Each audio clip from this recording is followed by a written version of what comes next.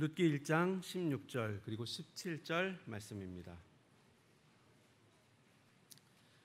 룻이 이르되 내게 어머니를 떠나며 어머니를 따르지 말고 돌아가라 강건하지 마옵소서.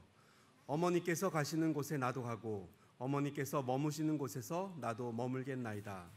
어머니의 백성이 나의 백성이 되고 어머니의 하나님이 나의 하나님이 되시리니 어머니께서 죽으시는 곳에서 나도 죽어 거기 묻힐 것이라. 만일 내가 죽는 일 외에 어머니를 떠나면 여호와께서 내게 벌을 내리시고 더 내리시기를 원하나이다 하는지라. 안녕하세요. 행복한 안식일입니다. 이 안식일에 교회에 오신 여러분 모두를 진심으로 환영합니다. 여러분 교회 정말 잘 오셨습니다. 이 안식일 우리 모든 성도님들의 마음 가운데 하나님의 평안과 사랑이 가득하게 되기를 간절히 바랍니다. 여러분 교회 잘 오셨죠?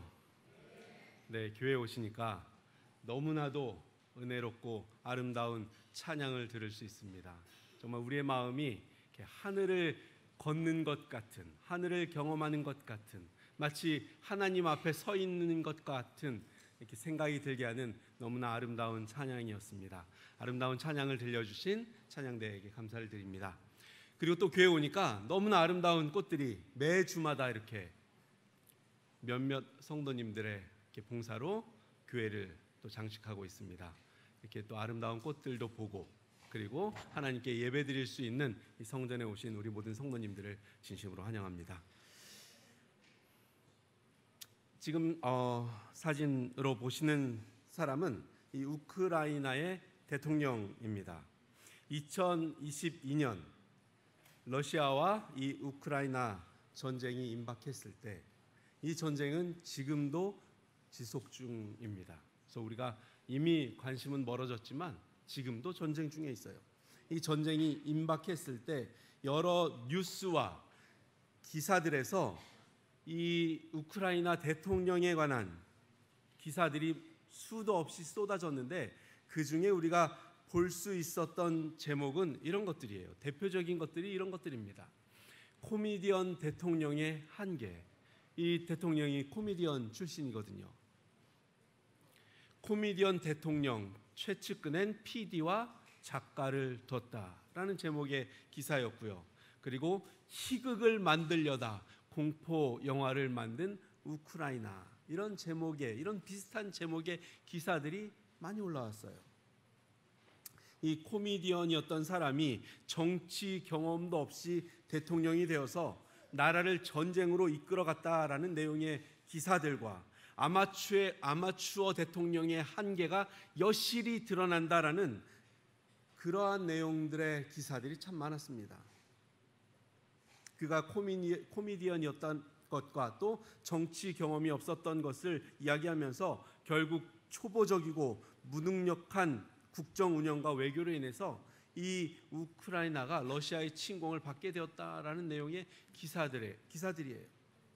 그런데 막상 전쟁이 발발하고 나서 우리가 다 기사에서 보시고 아는 것처럼 이 미국의 보호 요청도 거절한 채 전쟁터를 누비면서 자국민을 보호하기 위해 또 자국의 군인들을 격려하고 그들에게 용기를 주는 모습을 보면서 그에 대한 평가와 이 이야기를 다루는 그 기사의 제목들과 그 내용들이 많이 달라졌다라는 것입니다.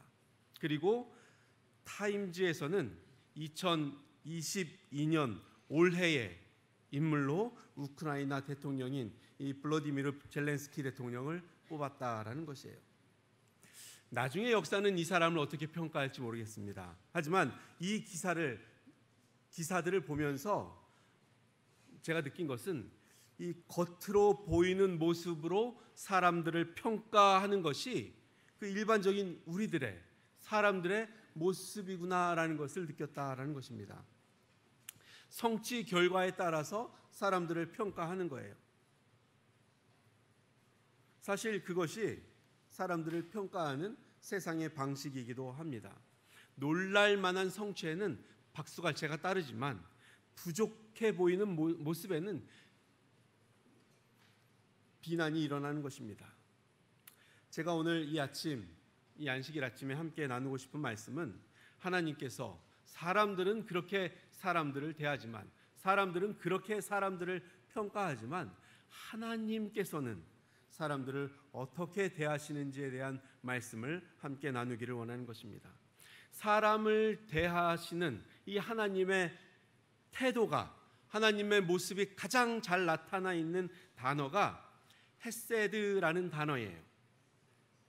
이 헤세드라는 말을 찾아보기 위해서 우리가 성경을 펴면 우리는 제일 먼저 룻기를 만날 수가 있습니다. 룻기에는 이 헤세드라는 말이 3번 나와요. 두 번의 헤세드는 이 룻이 헤세드를 행했다라고 나오고, 한 번의 헤세드는 보아스가 헤세드를 행한 것으로 나옵니다. 우리가 love 하면 뭐라고 번역을 하죠? 사랑이요. 그렇죠? 뭐 다른 말이 나올 여지가 거의 없어요. 사랑이요.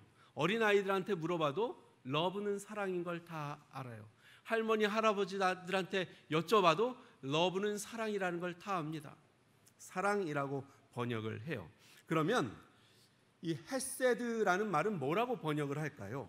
이 헤세드라는 말은 우리가 love 하는 것처럼, 사랑이라고 번역하는 것처럼 한 단어로 번역하지는 않습니다. 성경에서는 이 헤세드라는 말을 신실함, 충성, 언약을 지킴, 진리, 애정어린 자비, 다정함, 오래 참음, 이런 말들로 번역을 하고 있어요. 그러니까 이 헤세드라는 말에는 정말 좋은 말이 다 들어있는 것입니다. 그러면 헤세드라는 말의 원래의 뜻, 뭐 신실함도 원래의 뜻이 있고, 충성도, 언약을 지킴도, 진리도, 이런 다 뜻이 있는데, 헤세드라는 그 낱말의 원래의 뜻은 뭘까요? 원래 가지고 있는 의미는 이런 거예요. 자기에게는 필요하지 않지만 상대방에게 꼭 필요하기 때문에 베푸는 은혜와 자비, 이것을 헤세드라고 말을 하는 것입니다. 나는 필요 없어요. 그런데 상대방이 필요하기 때문에 베푸는 은혜와 자비를 헤세드라고 말을 합니다. 제 집에 아이들이 아빠 우리도 가족여행 한번 가자 이렇게 얘기를 하는 거예요. 갔다 왔잖아. 언제? 이렇게 묻는 거예요. 왜 저번에 갔다 왔잖아 하고 봤는데 벌써 그때가 2017년이에요. 2017년에 이 두 아이들과 함께, 아내와 함께 홍콩에를 다녀왔습니다. 휴가로, 짧게 휴가를 다녀왔는데, 홍콩에 가서 제가 느낀 것은, 홍콩은 땅값이랑 집값이 정말 비싸구나라는 것을 느꼈어요. 그러면서 이제 어렸을 때 홍콩 영화를 본 적이 있거든요. 80년대에 유행했던 홍콩 영화가 강씨가 나오는 영화예요. 보신 적 있으세요? 네, 강씨가 나오는 이 홍콩 영화인데, 강씨는 팔을 앞으로 하고 이렇게 콩콩콩콩 뛰어다니는 귀신이에요. 그런데 왜 홍콩의 귀신들이 그렇게 다니냐 하면, 홍콩은 땅값이 비싸서 사람이 죽으면 매장을 할 때 매장을 그냥 관을 눕혀서 하는 게 아니라 관을 세워서 한다고 하는 거예요. 그러니까 홍콩 사람들은 죽어서도 편하게 누워 계시지를 못하고 서 계셔야 하는 거예요. 땅값이 정말 비싸구나 느꼈고, 제 아내는 홍콩은 땅은 좁은데 정말 볼 것들이 너무나 많구나 라는 것을, 쇼핑할 것들이 너무나 많구나, 그런데 이 홍콩은 정말 덥구나 라는 것을 느꼈다라고 말을 하고요.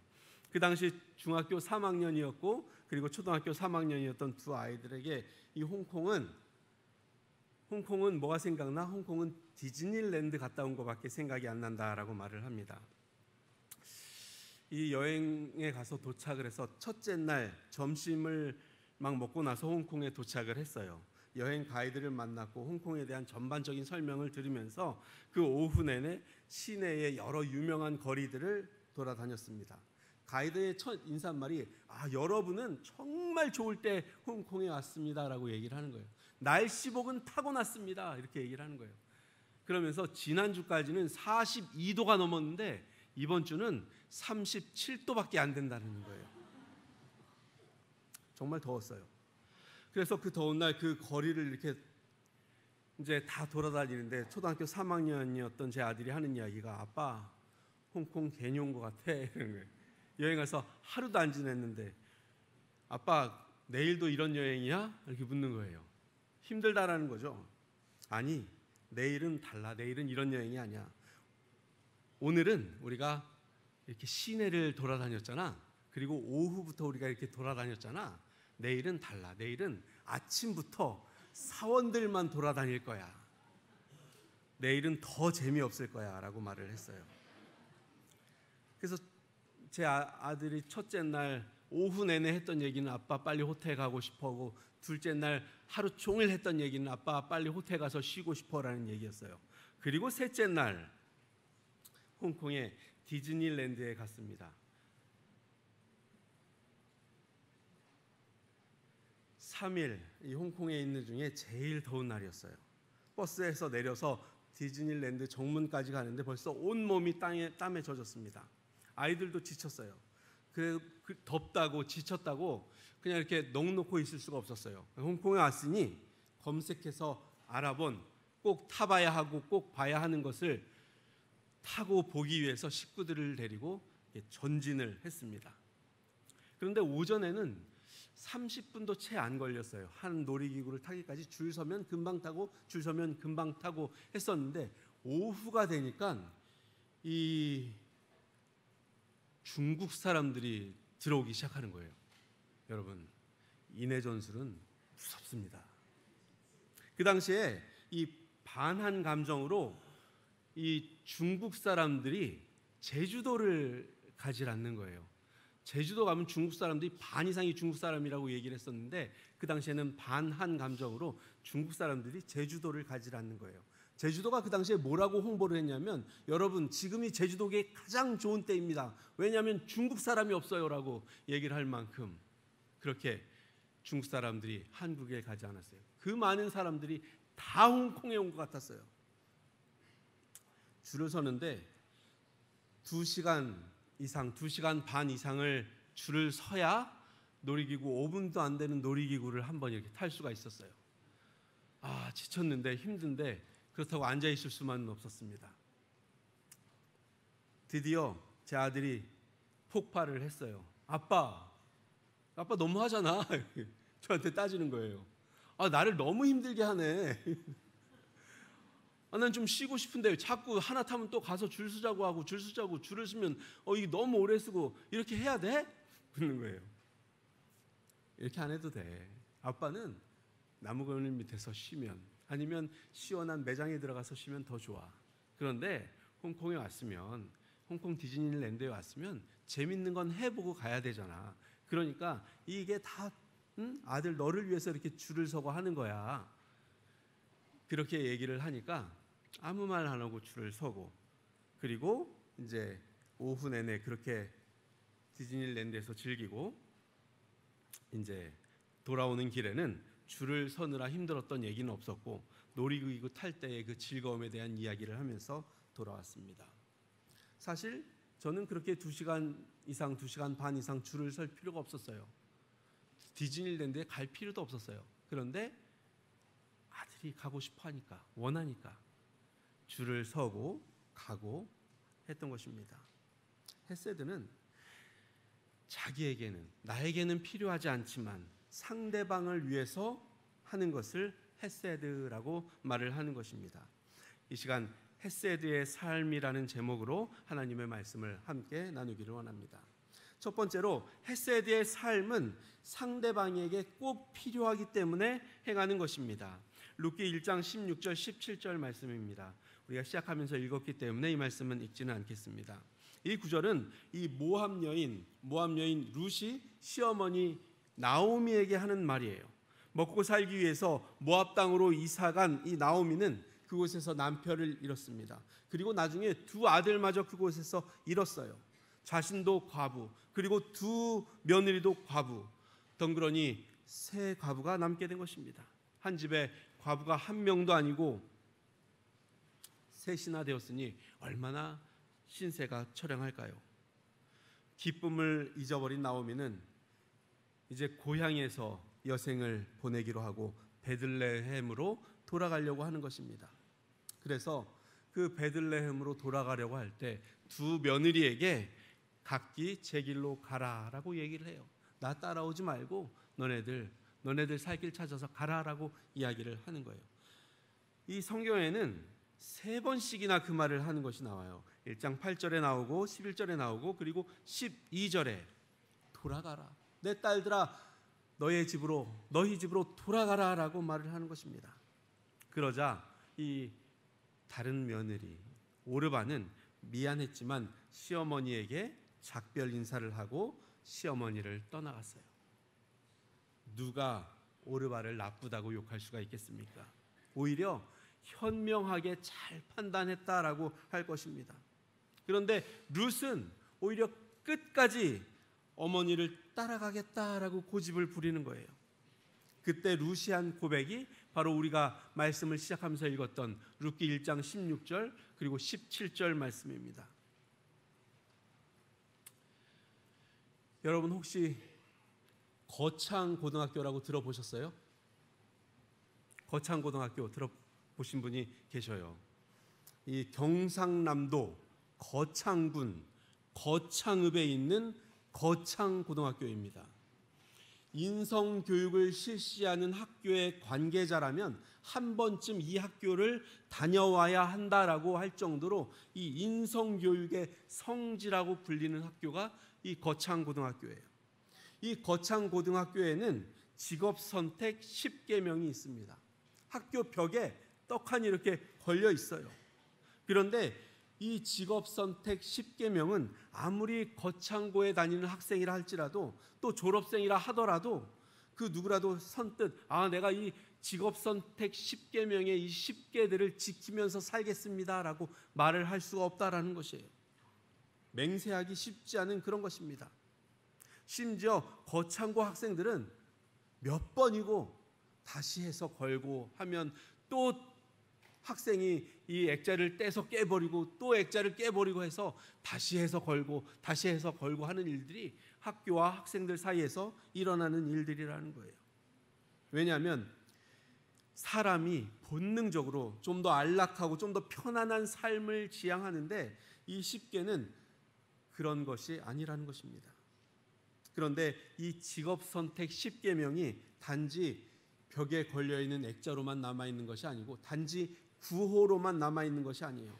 거창고 학생들에게 그곳에서 공부를 하면서 이 직업선택 10계명의 그 정신이 어느새 그들의 자랑이 되었다라는 것입니다. 그래서 거창고를 졸업한 사람들을 거고인이라고 말을 해요. 거고인 건축가가 세운 다리는 무너지지 않는다. 거고인 의사는 사람의 목숨을 무엇보다 소중하게 여긴다. 거고인 판사가 내릴 수 있는 판결은 믿을 수 있다라는, 또 거고인 관리는 뇌물을 받지 않는다라는 이런 생각들이 이미 사람들에게 자리 잡았다라는 것입니다. 10계명은 이런 내용이에요.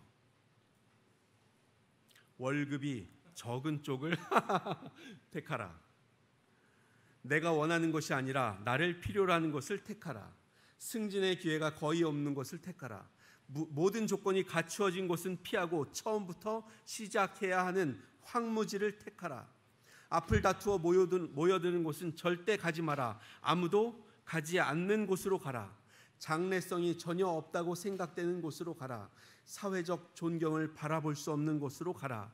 한 가운데가 아니라 가장자리로 가라. 부모나 아내나 약혼자가 결사 반대하는 곳이면 틀림없다. 의심치 말고 가라. 왕관이 아니라 단두대가 기다리고 있는 곳으로 가라. 사람이 이런 원칙을 가지고 직업을 선택할 수 있을까요? 이런 원칙으로 직업을 택한다면 사람들이 바보라고 놀리지 않을까요?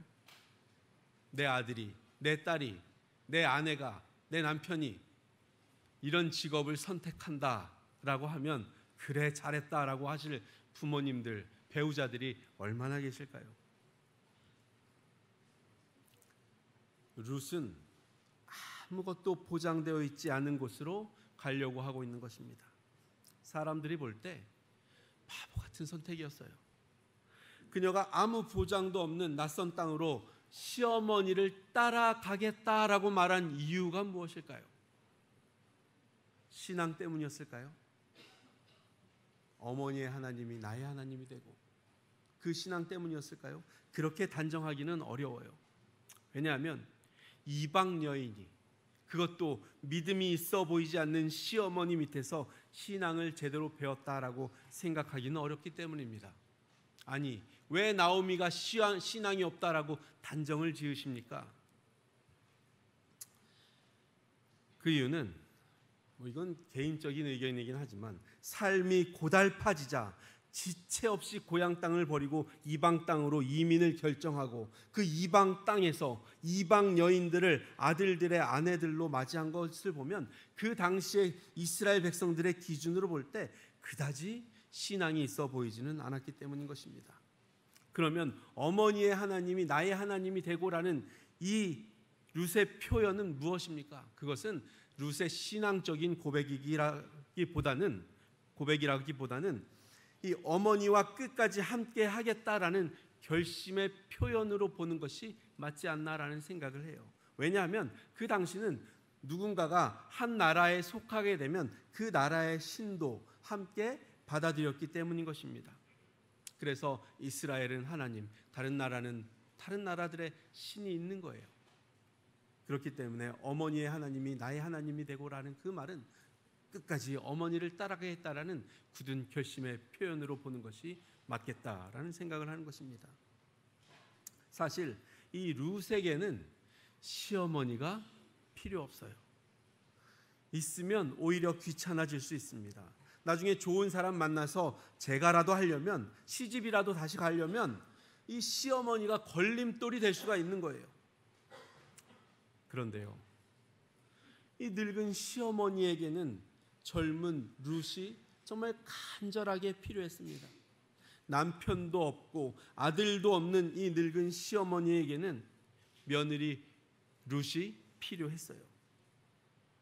당시 가장 불쌍하게 분류되는 세 부류가 있었습니다. 성경에 종종 불쌍한 사람들로 등장하는 부류가 과부와 고아와 그리고 나그네예요. 과부 중에서도 이 나오미처럼 늙은 과부는 더욱더 불쌍했습니다. 그 당시라고 말씀을 드렸어요. 요즘 한국이 아니고 당시 이스라엘에 대한 이야기입니다. 요즘에는 아내들이 동창회를 갔다 오면 화를 내요. 화가 나 있어요. 왜? 남편이 눈치를 보면서 얘기해요. 왜? 당신만 명품백이 없어? 아, 시끄러, 조용히 해. 왜?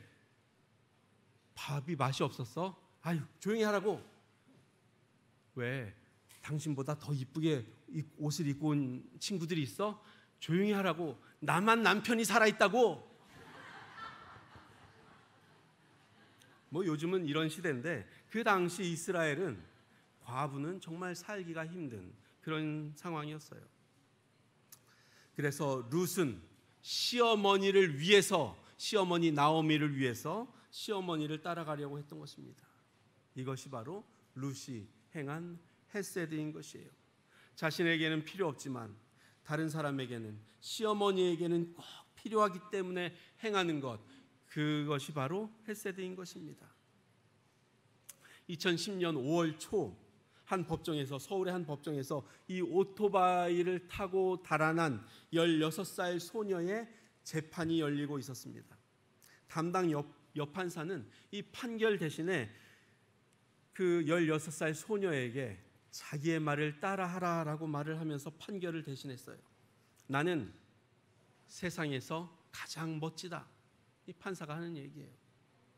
이 예상도 못한 판사의 요구에 소녀는, 16살 소녀는 판사가 하라니까 머뭇거리다가 그 말을 따라하는 거예요.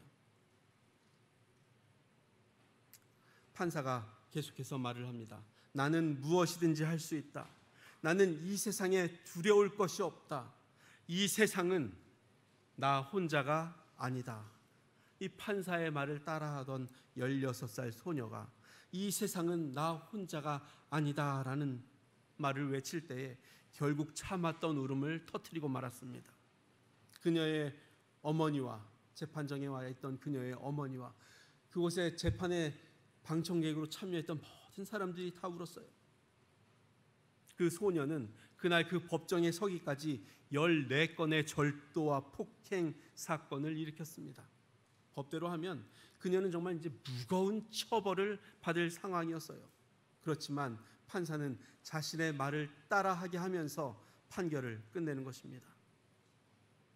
그 소녀는, 그 16살 소녀는 공부를 잘하는, 그래서 간호사가 되기를 꿈꾸는 정말 생기발랄한 그런 학생이었어요.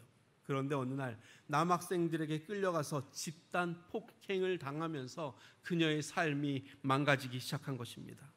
결국 비행 청소년의 삶을 살다가 그날 그렇게 그 법정까지 오게 되었던 것이에요. 판사는 이렇게 말을 합니다. 이 아이는 가해자로 재판에 왔습니다. 그런데 그러한 이유로 이렇게 삶이 망가진 것을 알면 누가 가해자라고 쉽게 말할 수가 있겠습니까? 아이의 잘못이 있다면 자존감을 잃어버린 것입니다. 그러니 스스로 자존감을 찾게 하는 처분을 내려야겠지요.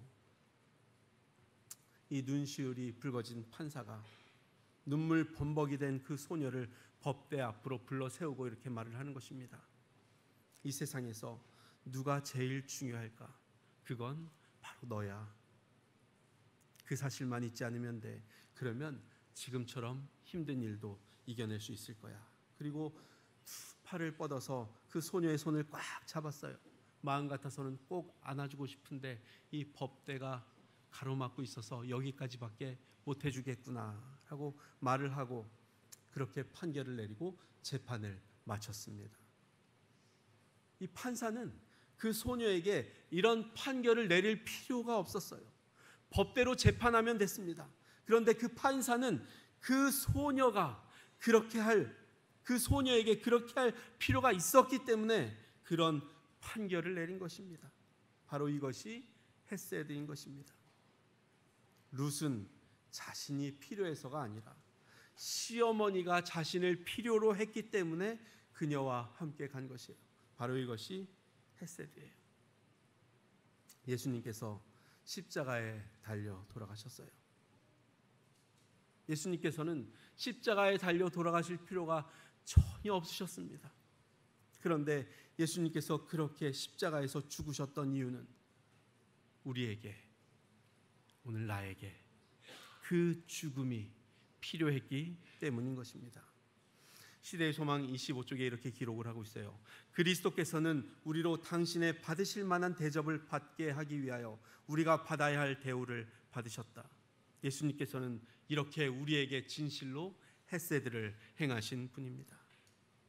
시어머니를 향한 그 헤세드의 삶을 선택한 룻을 하나님께서는 어떻게 인도하셨을까요? 둘째로 헤세드의 삶을 사는 사람은 다른 사람을 변화시킨다라는 것입니다. 룻기 2장 8절과 9절 말씀이에요. 보아스가 룻에게 이르되 내 딸아 들으라. 이삭을 주우러 다른 밭으로 가지 말며 여기서 떠나지 말고 나의 소녀들과 함께 있으라. 그들이 베는 밭을 보고 그들을 따르라. 내가 그 소년들에게 명하여 너를 건드리지 말라 하였느니라. 목이 마르거든 그릇에 가서 소년들이 길어온 것을 마실지니라 하는지라.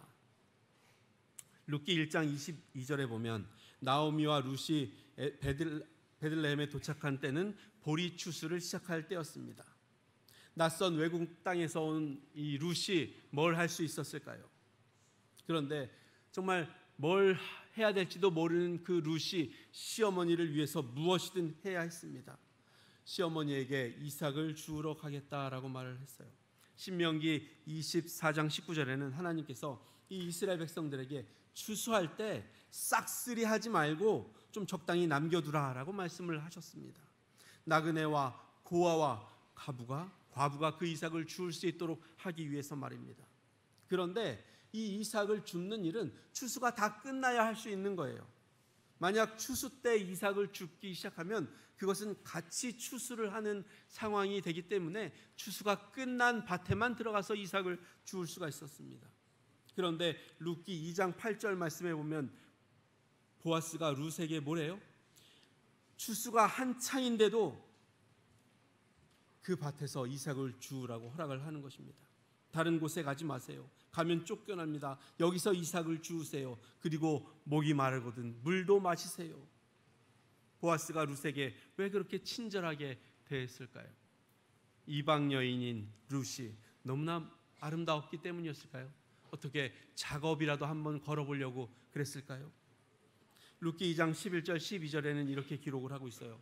보아스가 그에게 대답하여 이르되 네 남편이 죽은 후로 네가 시어머니에게 행한 모든 것과 너의 부모와 고국을 떠나 전에 알지 못하던 백성들에게로 온 일이 나에게 분명히 알려졌느니라. 여호와께서 내가 행한 일에 보답하시기를 원한다라고 이야기를 하는 것입니다. 보아스는 소문을 통해 들었습니다. 룻이 시어머니에게 어떤 일을 행했는지 들었어요. 그리고 그 룻의 그 헌신의 감동을 받은 보아스가 이제 룻에게 헤세드를 베푸는 것입니다. 룻은 시어머니에게 헤세드를 베풀었고 보아스는 그런 룻에게 헤세드를 행하는 것입니다. 헤세드의 삶은 이처럼 보는 사람으로 하여금 감동을 주는 것입니다. 그리고 동일하게 헤세드의 삶을 살도록 다른 사람을 변화시키는 것입니다. 의대를 졸업한 전도 유망한 한 젊은이가 있었어요. 어머니의 반대를 무릅쓰고 사제 서품을 받고 신부가 되어서 수단으로 날아갑니다. 톤즈란 오지 마을에서 벽돌을 부어 병원을 짓고 환자들을 돌보기 시작해요. 환자들 중에는 한센병 환자들도 많았습니다. 이 사진은 한센병으로 발가락이 떨어져 나간 환자들을 위해서 그가 만들어준 신발입니다. 학교를 짓고 기숙사를 세우고 아이들을 가르쳤어요. 내전으로 강팍해진 그 아이들의 마음을 음악과 밴드부로 부드럽게 만들기 시작했습니다. 그렇게 헤세드의 삶을 살던 그가 2008년 뜻밖의 대장암 선고를 받게 되었습니다. 1년여의 항암 치료를 받았지만 회복되지 못하고 2010년 1월 14일 그는 세상을 떠났습니다. 수단의 슈바이처라고 불렸던 이태석 신부의 이야기입니다. 아프리카 수단까지 가서 봉사할 수 있었던 힘은 내 형제 중에 지극히 작은 자 하나에게 한 것이 곧 나에게 한 것이다라는 예수님의 말씀 때문이었습니다. 예수님께서 보여주신 헤세드 때문에 그도 헤세드의 삶을 살기로 결심을 하고 수단으로 톤즈 그 오지 마을로 날아간 것입니다. 죽기 전에 그가 남긴 책 친구가 되어주실래요에 이렇게 기록을 하고 있어요. 처음에는 워낙 가난하니까 여러 가지 많은 계획을 세웠다. 그러나 시간이 지날수록 같이 있어주는 것이 가장 중요하다는 것을 깨달았다. 어떤 어려움이 닥친다 해도 그들을 버리지 않고 함께 있어주고 싶다. 어떤 어려움이 닥친다 해도 그들을 버리지 않고 함께 있어주고 싶다. 이것은 예수 그리스도께서 우리에게 보여주신 헤세드의 정신입니다. 이 정신을 이태석 신부가 이어받았고 그리고 지금 그 수단의 오지인 그 톤즈 그 마을의 수많은 젊은이가 나도 이태석 신부처럼 살겠다라고 결심을 하고 고백하면서 그러한 삶을 살려고 노력하고 있습니다. 왜냐하면 이태석 신부로부터 헤세드의 삶을 배웠고 경험했기 때문인 것입니다. 사람이 그들의 눈을 불완전한 인간에게서 돌려 예수를 바라볼 때에 그들의 품성에 신령한 변화가 생긴다. 헤세드의 삶을 사는 사람은 다른 사람을 변화시킵니다. 왜냐하면 헤세드의 정신이 바로 예수 그리스도의 정신이기 때문입니다. 그리고 헤세드의 삶을 사는 사람은 하나님의 더 큰 계획 속에서 쓰임받게 되는 것입니다. 룻기 4장 13절입니다. 이에 보아스가 룻을 맞이하여 아내로 삼고 그에게 들어갔더니 여호와께서 그에게 임신하게 하심으로 그가 아들을 낳은지라. 보아스와 룻이 결국 결혼을 하게 되었고요. 그리고 두 사람 사이에 아들이 태어났는데 그 아이의 이름이 오벳입니다. 오벳이 누군가 하면 오벳은 이새의 아버지, 즉 다윗의 할아버지였어요. 룻은 다윗의 할아버지를 낳았습니다. 그리고 후에 다윗을 통해 메시아가 탄생하게 되는 것입니다. 그래서 헷세드를 행했던 이 모압 여인, 이방 여인이었던 룻은 메시아의 조상이 될 수가 있었던 것입니다. 그녀의 삶이 예수 그리스도의 모습을 보여주는 헷세드의 삶을 살았기 때문에 그녀는 예수 그리스도의 조상이 될 수 있었던 것입니다. 인생을 마음대로 살다가 완전히 변화되어서 정말 자기 살고 싶은 대로 살다가 인생 말미에 삶이 변화되어서 정말 선한 삶을 산 한 늙은 선장이 있었어요.